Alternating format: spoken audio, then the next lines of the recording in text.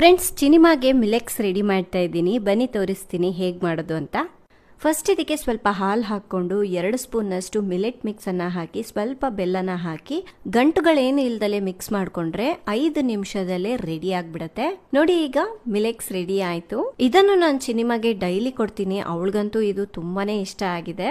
ದಿನ ಅವಳು ಕುಡಿಯೋದ್ರಿಂದ ಫುಲ್ ಡೇ ಹೆಲ್ದಿ ಮತ್ತು ಆಕ್ಟಿವ್ ಆಗಿರ್ತಾಳೆ. ಜೊತೆಗೆ ದಿನಪೂರ್ತಿ ಸ್ಟ್ರೈನ್ ಆಗದಲ್ಲೇ ಚೆನ್ನಾಗಿ ಆಟ ಆಡ್ತಾ ಇರ್ತಾಳೆ.